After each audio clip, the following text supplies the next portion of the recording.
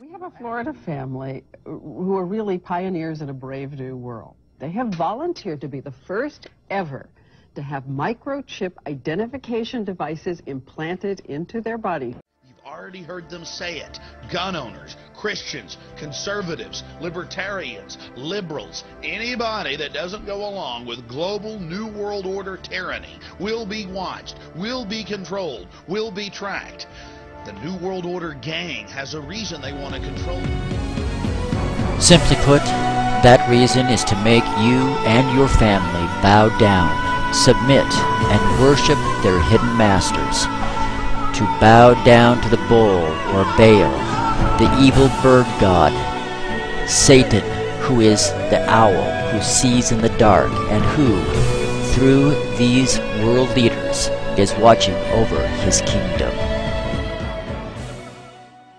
The goal is the subversion of the whole of humanity, total domination over the earth, to turn men and women through fear, intimidation, and psychological manipulation to embracing these wicked spirits as friends of humankind upon their physical return to reign over all kindreds, peoples, and tongues.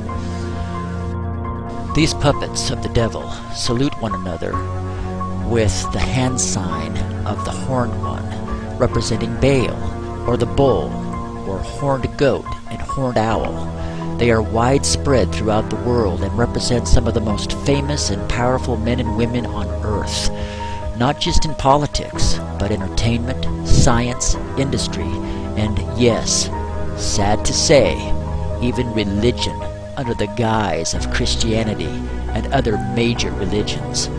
The evidence is in. The vast majority of the great men and mighty men of the earth are worshippers of Satan and his minions. The New World Order is not just about control, power, and economics. It's about spiritual deception.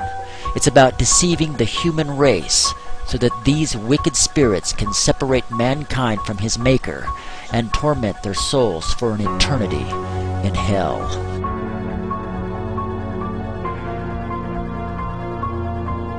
I wish I could say that I am making all this up, but unfortunately I'm not. Now listen to a true, noble American who tried to warn us years ago about this secret order of the fallen angels. Listen to his warning very closely.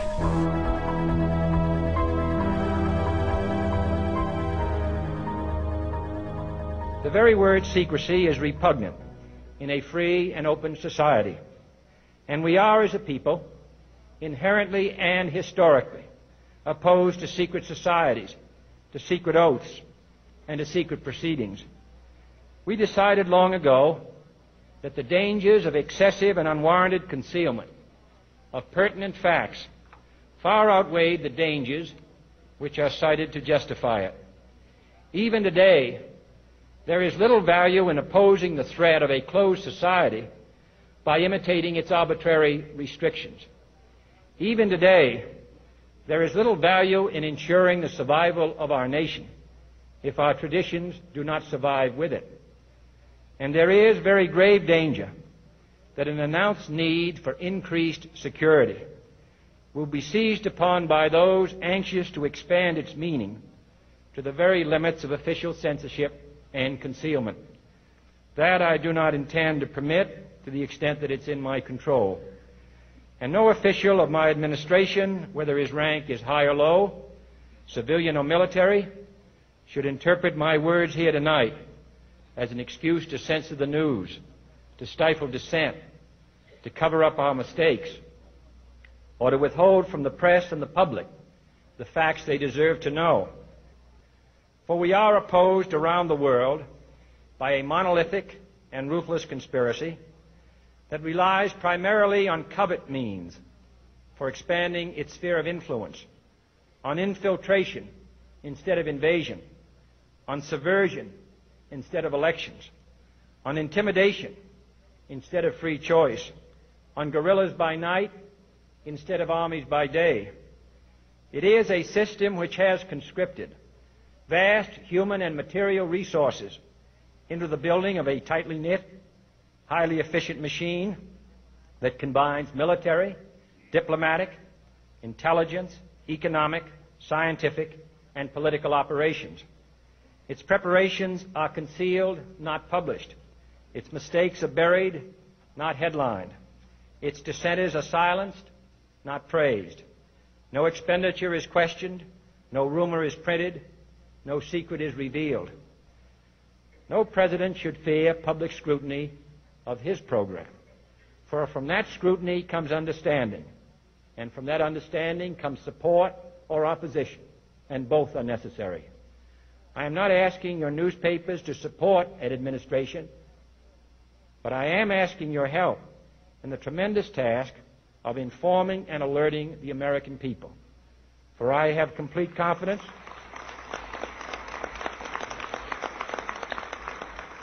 in the response and dedication of our citizens whenever they are fully informed. I not only could not stifle controversy among your readers, I welcome it. This administration intends to be candid about its errors. For as a wise man once said, an error doesn't become a mistake until you refuse to correct it. We intend to accept full responsibility for our errors, and we expect you to point them out when we miss them. Without debate, without criticism, no administration and no country can succeed, and no republic can survive. That is why the Athenian lawmaker Solon decreed it a crime for any citizen to shrink from controversy. And that is why our press was protected by the First Amendment, the only business in America specifically protected by the Constitution, not primarily to amuse and entertain, not to emphasize the trivial and the sentimental, not to simply give the public what it wants, but to inform, to arouse, to reflect, to state our dangers and our opportunities, to indicate our crises and our choices, to lead, mold, educate, and sometimes even anger public opinion. This means greater coverage and analysis of international news, for it is no longer far away and foreign, but close at hand and local. It means greater attention to improved understanding of the news, as well as improved transmission. And it means, finally, that government at all levels must meet its obligation to provide you with the fullest possible information outside the narrowest limits of national security. And so it is to the printing press, to the recorder of man's deeds, the keeper of his conscience, the courier of his news, that we look for strength and assistance. And indeed, like a self-fulfilled prophecy, the silent keepers quieted the opposition. Praised. Its preparations are concealed, not published. Its mistakes are buried, not headlined. Its dissenters are silenced, not praised.